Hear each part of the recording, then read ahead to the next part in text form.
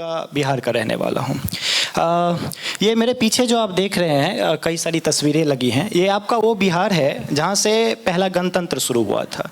जिस टाइम में पूरा भारत राजाओं की गुलामी कर रहा था, उस टाइम में बिहार पहला वो क्षेत्र था जिसने गणतंत्र का पाठ आपको पढ़ाया। मेरे पीछे आप देख रहे हैं जिस व्यक्ति की तस्वीर, भारत के पहले राष्ट्रपति उसी भूमि से थे। जो सीता राम के साथ मिलकर उनको वो राम से मर्यादा पुरुषोत्तम राम में ढाली थी, वो मिथिला की सीता भी हमारी भूमि से थी। लेकिन आज अफसोस आपका वो बिहार एक प्राकृतिक आपदा की चपेट में है और गवर्नमेंट की गलत नीतियों की वजह से वो प्राकृतिक आपदा कंट्रोल नहीं हो पा रही है, जिसका नाम है फ्लड इन बिहार, बाढ़ की समस्या। और ये बाढ़ की समस्या मैं इसीलिए कह रहा हूँ कि हमारे बिहार की जो बाढ़ की समस्या है वो लगभग जो आपके असम में जो बाढ़ की समस्या है दोनों समानांतर ही है, बहुत दोनों में अंतर है नहीं। जब आप देखेंगे हमारे ज्योग्राफिकल कंडीशन को, तो हमारा भारत पश्चिम की तरफ से थोड़ा सा उठा हुआ है और पूरब की तरफ थोड़ा सा झुका हुआ है। तो उत्तर भारत की जो अधिकांश नदियां हैं वो बंगाल की खाड़ी में जाके गिरती है। आपके असम में भी वही चीज़ है। और जब आप बगल में देखेंगे कि हमारे बिहार का वो मैप है, तो बिहार में जो आप देखेंगे तो बिहार उत्तर की तरफ से उठा हुआ है, दक्षिण की तरफ से भी उठा हुआ है झारखंड के साइड से, और बीचों बीच गंगा नदी निकलती है जो बिहार को दो भागों में बांटती है, एक उत्तर का बिहार, एक दक्षिण का बिहार। हमारा उत्तर का बिहार जो मिथिला रीजन है उसमें 7 नदियाँ बहती है और उसमें जो सबसे घातक नदी है वो कोसी की नदी है। अब आप जरा इस बात को समझिए, ये हमारी नदियां हैं, ओरिजिन ऑफ नॉर्थ बिहार। जो हमारे नॉर्थ बिहार में जो जितनी भी नदियां बहती है वो हिमालय से निकलती है, जो बाढ़ लाने में मदद करती है। और दक्षिण बिहार की जो नदियां हैं वो मेनली झारखंड से निकलती है, जिसमें सालों भर पानी नहीं रहता है, लेकिन कभी कभी जब बरसात का मौसम होता है तो पानी लाती है और बाढ़ की समस्या को बढ़ाती है। हमारे बिहार में 94,163 स्क्वायर किलोमीटर का हमारा टोटल एरिया है, जिसमें से 73% जो हमारा एरिया है, करीब 68,800 स्क्वायर किलोमीटर वो बाढ़ प्रभावित है। अब आप सोच लीजिए कि कितना एरिया में हम लोग रह रहे हैं अभी भी।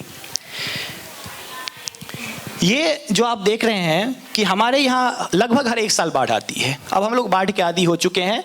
1978, 87, 98, 99, 16, 17, 19 ये मेजर जब हमारे यहाँ बहुत लार्ज स्तर पर जो बाढ़ आई थी उसका ये ईयर है। और बाढ़ को कंट्रोल करने का सबसे जो 3 रास्ता बताया जाता है कि पहला आप चाहे डैम बना दीजिए, बैरेज बना दीजिए या एम्बैकमेंट बना दीजिए। तो आप देखेंगे कि डैम का ये बेनिफिट हो सकता है कि हमारा गवर्नमेंट या किसी के आपके असम का गवर्नमेंट वो कहता है कि आप जो नदी है उस पर आप यदि डैम बनाएंगे तो डैम का जो सबसे बड़ा बेनिफिट होता है वो इलेक्ट्रिसिटी उत्पादन के लिए होता है कि हम उससे इलेक्ट्रिसिटी बनाएंगे तो उसके लिए डैम चाहिए। लेकिन मैं कहता हूँ कि ना असम के लिए डैम बेहतर है और ना हमारे बिहार के लिए डैम बेहतर है।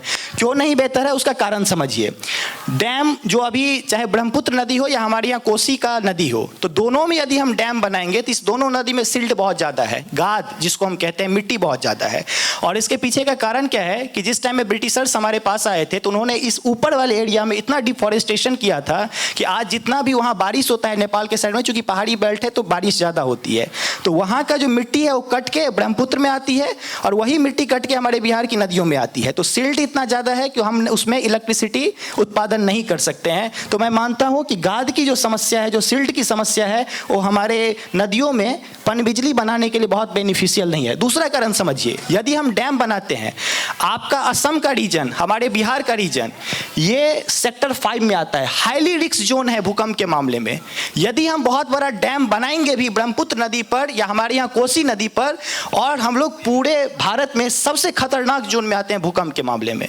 यदि भविष्य में भूकंप आता है और एक बहुत बड़ी त्रासदी होती है तो रहा न कुल में रोवन हारा वाला बाल हम लोग का हो जाएगा, ना आपके असम में कोई बचेगा, ना हमारे पूरे नॉर्थ बिहार में कोई बचेगा। तो डैम का हम टोटली विरोध करते हैं कि इन दोनों एरिया में नहीं बनना चाहिए। सेकंड आता है बैरेज। हम बैरेज बनाएंगे, इससे कुछ बेनिफिट है। बैरेज में क्या है कि सबसे बड़ी समस्या हमारे गाद की आती है, तो उसके लिए एक छोटा सा प्लान है मेरे पास। होता यह है कि जो बारिश होती है नेपाल में, उसके रास्ते जो वहाँ का मिट्टी है वो हमारी तरफ आता है, क्योंकि डिफॉरेस्टेशन उस एरिया में ज़्यादा हुआ है। तो सबसे पहला जो हमारे पास आएगा कि साहब हम इस गाद को कैसे रोके, इस मिट्टी को कैसे रोके। उसका सबसे आसान तरीका है कि यदि हमारी मिनिस्ट्री ऑफ फॉरेन अफेयर्स, हमारे देश का और नेपाल का, और एनवायरनमेंट मिनिस्ट्री, ये दोनों मिलकर यदि काम करता है तो इस पूरे रूट में जहाँ से वो नदी बहती है हम वहाँ प्लांटेशन करेंगे। प्लांटेशन किस चीज़ का करेंगे, तो हमारा सबसे सुटेबल महीना जो है वो नवंबर के बाद आएगा कि हम यदि उस एरिया में यदि बैम्बू का खेती करें, पूरे एरिया में यदि हम बैम्बू लगा दे तो हमारा उस सॉइल है वो बचेगा। बैम्बू ही क्यों? बैम्बू का सबसे पहला खासियत है कि बहुत कम टाइम में वो ग्रो कर जाता है, बहुत ही लिमिटेड टाइम में वो फैल जाता है। दूसरा क्या है कि बैम्बू को यदि हम काटते भी हैं तो उसके सूट को काटते हैं, उसके रूट को नहीं काटते हैं, वो मिट्टी को पकड़ा रहता है। तो जो मिट्टी उधर बारिश होगी तो मिट्टी बहुत ज़्यादा हमारी नदियों में नहीं आएगी।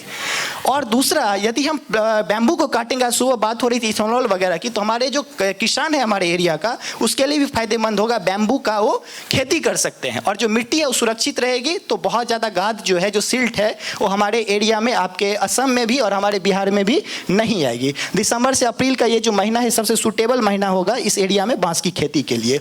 दूसरा देखिए, अब समस्या आ गई है कि हमारे ब्रह्मपुत्र नदी और कोसी नदी या जो भी बिहार की नदियाँ हैं उसमें गाद इतनी ज़्यादा भर चुकी है कि अब हम क्या करें। सबसे आसान तरीका, यदि हम मिट्टी को नदी से निकालते हैं और उस मिट्टी को यदि हम ईंट बनाने के लिए देते हैं, हमारे पास खेती का जो मिट्टी है उससे हम अभी ईंट बनाते हैं घर बनाने के लिए, लेकिन जब नदी का मिट्टी हम निकालेंगे उससे ईंट बनाएंगे तो उस मिट्टी का भी प्रयोग हो जाएगा और हमारे यहाँ जो ईंट की समस्या वो भी दूर हो जाएगी। और जब नदी गहरी होगी तो उससे क्या होगा, तो हम लोग देखेंगे कि उसमें जो कैपेसिटी है, जो रिवर में जो वाटर का कैपेसिटी है वो बढ़ेगा, नदी और गहरा होगा, पानी अधिक से अधिक अटकेगा तो बाढ़ की समस्या कम होगी। दूसरा, उसमें हम बोटिंग करवा सकते हैं जो सबसे आसान है, टूरिज्म को डेवलपमेंट के लिए काम आएगा। और तीसरा जो सबसे बड़ा बेनिफिशियली वो चीज़ है कि यदि नदी गहरा होगा तो हम लोग उसको यदि समंदर से कनेक्ट करेंगे, जैसे हमारे यहाँ बे ऑफ बंगाल से कनेक्ट हो सकता है, तो यदि नदी के रास्ते हम लोग ट्रांसपोर्टेशन करेंगे, यदि इम्पोर्ट एक्सपोर्ट करेंगे तो हमारा लॉजिस्टिक का खर्चा कम आएगा, कम समय में हम लोग आयात निर्यात पर अधिक ध्यान दे सकते हैं। तो सबसे बड़ा बेनिफिट होगा इसमें से यदि हम मिट्टी निकलवाते हैं तो। उसके बाद ये आप देखेंगे कि रिवर लिंकिंग प्रोजेक्ट, ये अटल बिहारी वाजपेयी का एक सपना था कि आप नदी को आपस में जोड़िए। उसका सबसे बड़ा बेनिफिट है कि नदी को आपस में जोड़ने से उस नदी में ज़्यादा पानी होगा तो इधर आएगा, इधर का ज़्यादा पानी होगा तो उधर जाएगा। पहली बात, सिंचाई के लिए भी अच्छी हो जाएगी, और यदि नदी में बहुत ज़्यादा पानी आ जाता है तो उसको कंट्रोल करने में हम लोगों को मदद मिलेगी। ये जो आप देख रहे हैं एम्बैंकमेंट, तटबंध, ये भी एक सूटेबल उपाय हो सकता है। यदि हम तटबंधों को बहुत अधिक मजबूत कर दें, जब पानी बहा आती है हमारे मैदानी इलाकों में, आपके असम में ये है कि अरुणाचल प्रदेश, मेघालय, नागालैंड चारों साइड से पहाड़ी है, बीच में आपका असम वाला एरिया समतल है, और इसी के कारण चारों साइड का पानी आपके बीच में आता है जो बहुत बड़ी समस्या उत्पन्न करती है। यदि तटबंधों पर हम घास लगाएं या उसको मजबूत करें तो पानी जो है वो हमारे इधर फैलने से बचेगा। और हमारे बिहार के लिए, बस एक मिनट सर, संग्राम सर, हमारे बिहार के लिए सबसे अच्छा चीज़ होगा कि यदि पानी आता है तो करीब बाढ़ में 5 फीट पानी रहता ही है। अभी आपने एक नाम सुना होगा मखाना का, ये हमारा मिथिला का जो आप स्नैक्स कह सकते हो स्नैक्स है, और ये कोरोना के टाइम में बहुत ज़्यादा ऊपर आया था। आप मखाना पे कभी देखिएगा, अभी इसको GI टैग हाल ही में मिला है। यदि मखाना का हम खेती करते हैं तो मखाना का बहुत अच्छा है कि उसका जो है 5 फीट पानी आदर्श माना जाता है खेती के लिए। यदि हम मखाना का हम अपने एरिया में खेती को प्रोडक्शन करेंगे तो आइडियल उसका है कि 5 फीट पानी हमेशा रहना चाहिए, जो कि उस एरिया में फैला रहता है बाढ़ के कारण। हम अभी मखाना की खेती को प्रमोट करें, हम अपने एरिया में गवर्नमेंट को भी कहें कि साहब ये हम आलू बैगन की खेती नहीं करेंगे, इससे किसानों को नुकसान है, कभी पानी होता है कभी कुछ गिर जाता है, लेकिन पानी हमारे पास ऑलरेडी है, उसको रिसोर्स बना के मखाना की खेती करेंगे। और यही मखाना की खेती आज 1300 से 1500 रुपये पर किलो बिक रहा है, और यदि हम इसको इंटरनेशनली एक्सपोर्ट करते हैं तो 2000 रुपये किलो ये यूरोपियन नेशन में हम लोग भेज रहे हैं। तो इससे हमारे किसानों को बहुत ज़्यादा आमदनी है। तो हम कह रहे हैं कि मखाना का जो हमारा खेती है उसको हम अपने क्षेत्र में प्रमोट कर रहे हैं। बहुत ये एक उपाय था कि हम कैसे कम करें फ्लड को हमारे एरिया में भी और आपके एरिया में भी। बहुत बहुत धन्यवाद।